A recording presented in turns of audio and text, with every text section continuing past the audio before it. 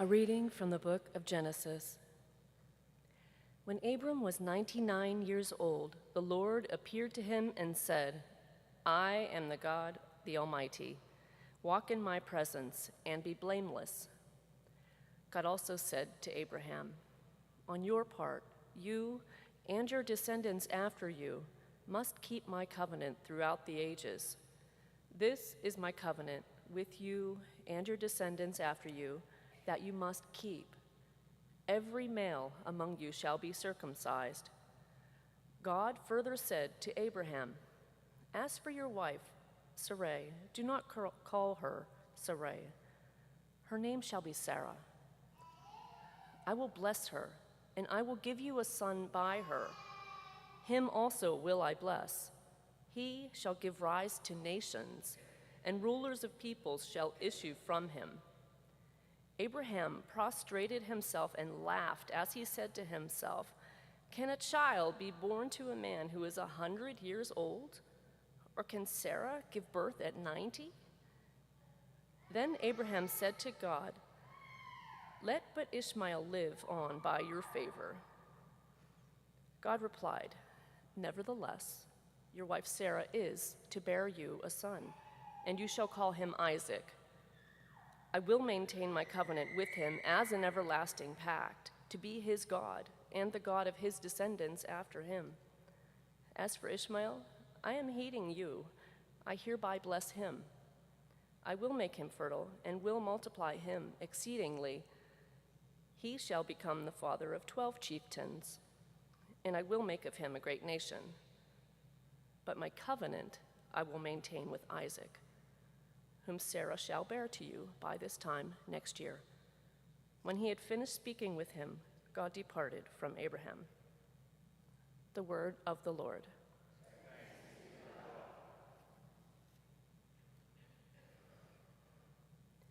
See how the Lord blesses those who fear him.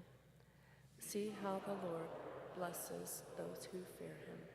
Blessed are you who fear the Lord, who walk in his ways. For you shall eat the fruit of your handiwork. Blessed shall you be and favored. See how the Lord blesses those who fear him. Your wife shall be like a fruitful vine in the recesses of your home, your children like olive plants around your table. See how the Lord blesses those who fear him. Behold, thus is the man blessed who fears the Lord. The Lord bless you from Zion. May you see the prosperity of Jerusalem all the days of your life. See how the Lord blesses those who fear him. Alleluia, alleluia, alleluia, alleluia, alleluia. Alleluia. Christ took away our infirmities and bore our diseases.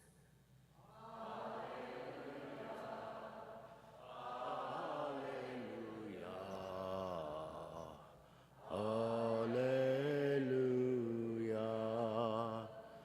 The Lord be with you. A reading from the Holy Gospel according to Matthew. When Jesus came down the mountain, great crowds followed him, and then a leper approached him, did him homage, and said, Lord, if you wish, you can make me clean. He stretched out his hand, touched him, and said, I will do it. Be made clean. His leprosy was cleansed immediately.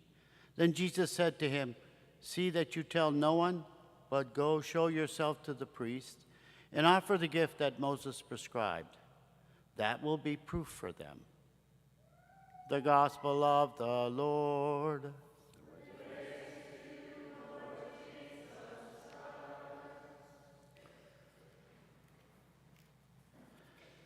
Well, the readings today can fill us with hope because they show us the generative power of God, the life-giving power of God. Abraham is 100, Sarah's 90, and God says, you'll have a son. Abraham prostrates, properly worshiping God, and as he's prostrating, he's got interior resistance. He starts laughing. Can I paraphrase? Who is this guy kidding? A new baby at this point of our life? That's exactly the point. Perfect sober-mindedness. We're too old. We're living, but our bodies are dead. We cannot do generative, life-giving acts in our marriage. And God intervenes through his great power and brings what is seemingly dead, end of the life cycle, not dead, but, the body's no longer generative, and he makes it generative. He heals. He generates, and he does a little bit more.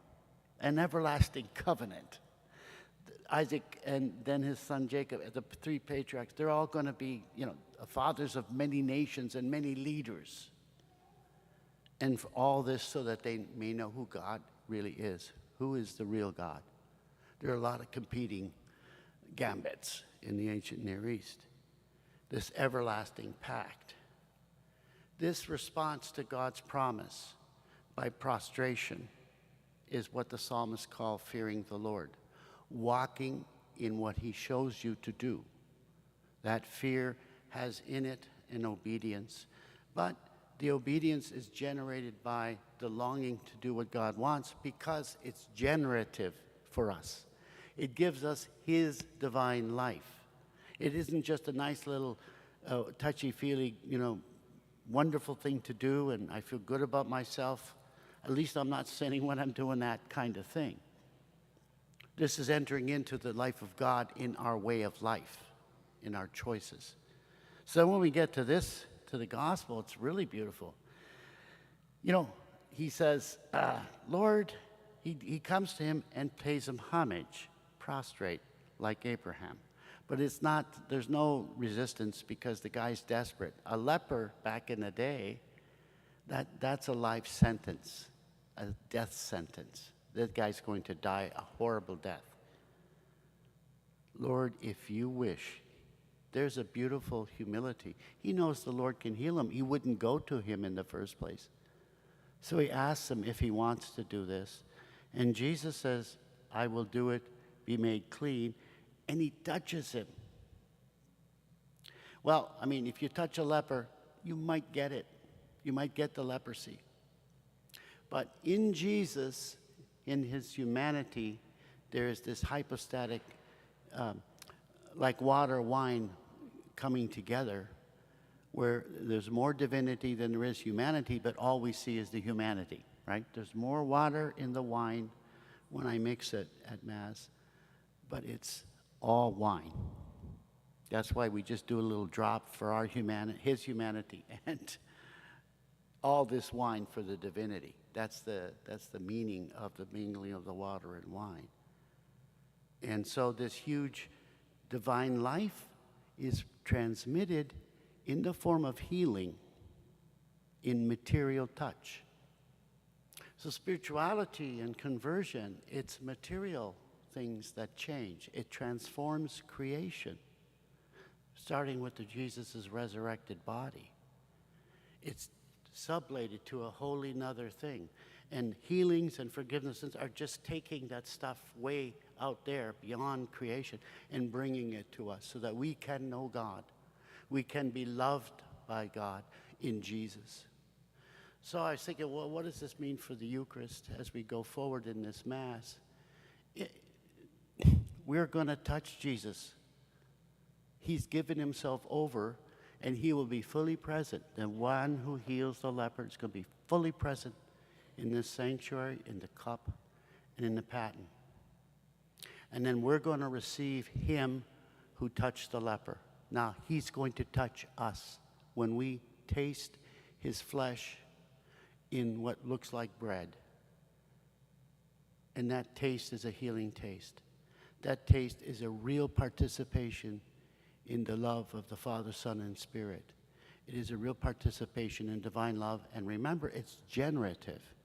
Every communion is generative. Every confession is generative, giving life. I don't know. What do you think? Why don't we bring our leprosy to the Eucharist and let him touch our leprosy, our interior leprosy? Shall we give that a whirl, see where that will take us? Maybe this will help us in our day. May Jesus Christ be praised.